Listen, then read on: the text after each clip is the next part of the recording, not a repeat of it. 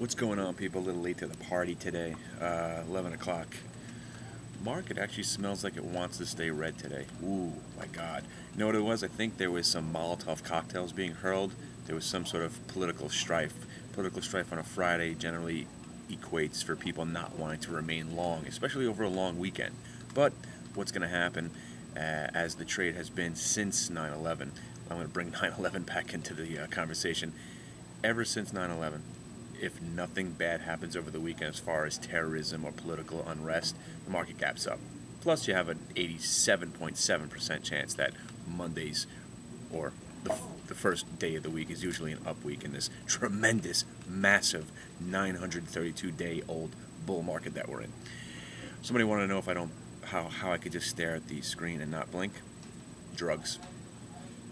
You ever see Clockwork Orange?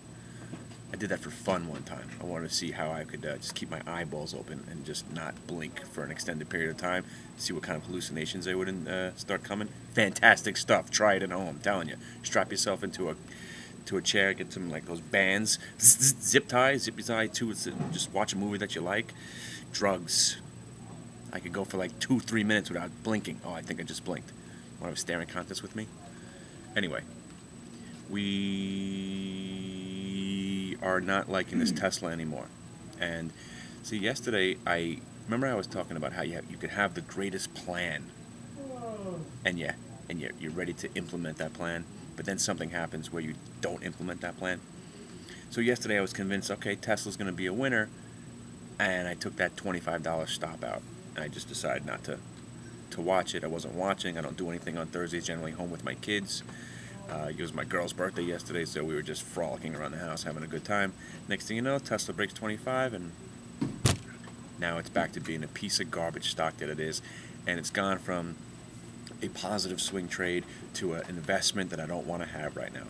But on the bright side, we had the Hartford Financial, which I added to the portfolio also, which is making up for the Hartford, for the Tesla loss right now. So basically a wash. Let's see, we also have some... What are we talking about? Oh, AIG. AIG's next week reporting earnings. We're going to look to set up that straddle next week, because AIG, I think, as much as you can't really rely on what they report because it's a government entity, I can't imagine them actually coming out with anything detrimental to the stock. But my plan is to be 80% long, 20%, 80% with calls, 20% with the puts, just in case they do say something awful. And I'm really counting on them having a decent year this year. AIG here at 42 bucks. I believe we're going to get this thing back to 60 sometime this year. And what I'm thinking is the degenerate gambler idea is just to play that earnings report, because I think they're going to say something, and that might be our catalyst to get us this stock going again. Because remember, I think it was at 93% owned by the government, 97% owned by the government. You think the U.S. government is going to allow their stock to go down? Come on. It's too easy. That's why it might not work out. The rationale behind that is too easy. That's why maybe it won't work out. Or what will happen is I'll just play the options on it, and I'll just be off by a week or so. That's why I'm long the stock, just, as in the portfolio. So right now, I don't care that the market looks weak, because it's just temporary. We're going higher. And until we have that massive gap up, I'm talking about NASDAQ futures up like 22. The next thing you know, we're down on that day. Maybe I'll start lightening up. Let's take a look. Broadcom, it's still not acting. It had a nice run, gave me a tremendous amount of confidence. Now I'm not liking the Broadcom too much anymore. Again, we're not selling it till about 41.85. And the other winner is Adobe. I think I told you about my attitude on Adobe. There's going to be a day where Adobe announces that they have made friends with Apple, and they're going to be put across the board on all the iPhones, and the stock's going to pop about 10, 12 points that day. So Adobe, key holding. Nobody talks about the company. It's a monopoly. Photoshop, Final Cut, it's a monopoly. Nobody comes close to what they do, except maybe Avid, but nobody wants to learn how to work in Avid anymore. Even if they are a real company anymore. I don't even know if Avid's still out there. But going back to what we're doing and how we're making money, the only time you want to day trade is when you specifically have your setup. Reversals are the number one setup, and obviously if you've missed the reversal, then you look to see if the stock breaks the previous day's high or low. That's the only thing I day trade, and it keeps me disciplined because I'm only looking for like 3 or 4 specific things to happen. If they don't happen, I'll sit here and do nothing all day. And as far as the portfolio, still have that 1,000 Q short waiting to add to that.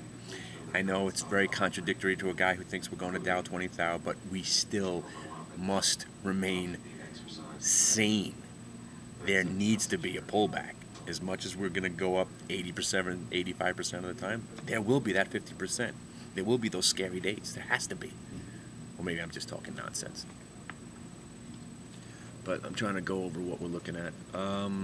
So yeah, we added some Hartford. We have Tesla now in the long-term hold.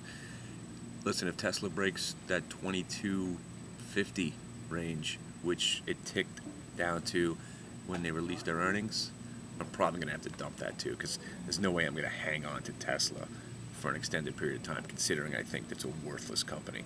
I was just betting on it that when they come out with those earnings and the stock didn't go down, I figured the shorts were going to get squeezed. I thought it was going to last for 3 days.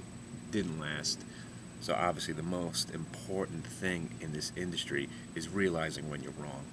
Just suck it up, take your loss, move on, because there's going to be 900 more opportunities over the next 3 days that you won't even remember the Tesla trade. You won't even remember the stocks that you were losing money on.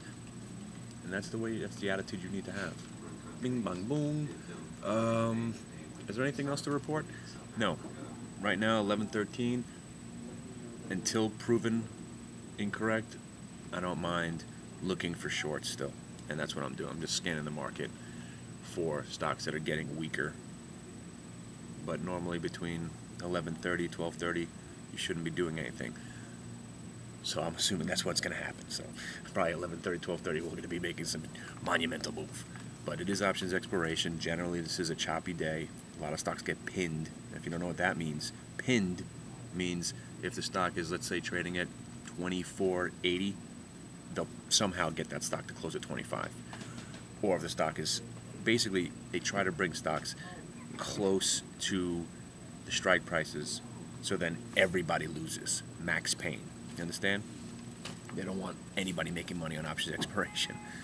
So they try to get the stocks closest to the strike price, so all the options expire. Worthless. And you lose. All right. Hit the Bid, T3 Live, coming straight at you. Remember, you could check out Hit the Bid, T3 Live on the YouTube channel. I'm going to put the link here somewhere on the bottom. I'm going to put them over on the other channel also. And if you want to tune in and hear all our guys here, the Redlers and the Sperlings, and of course myself, I go live usually at noon when everybody's in a more relaxed mood and it could take some comedy. So, you don't want to offend, you don't want to, get anybody riled up. I thought this was supposed to be about stocks. What's this guy talking about? Gamma and Rodan and Mothra. What is this? Oh, I can't say that. I just ruined the whole video. I would much prefer Krull.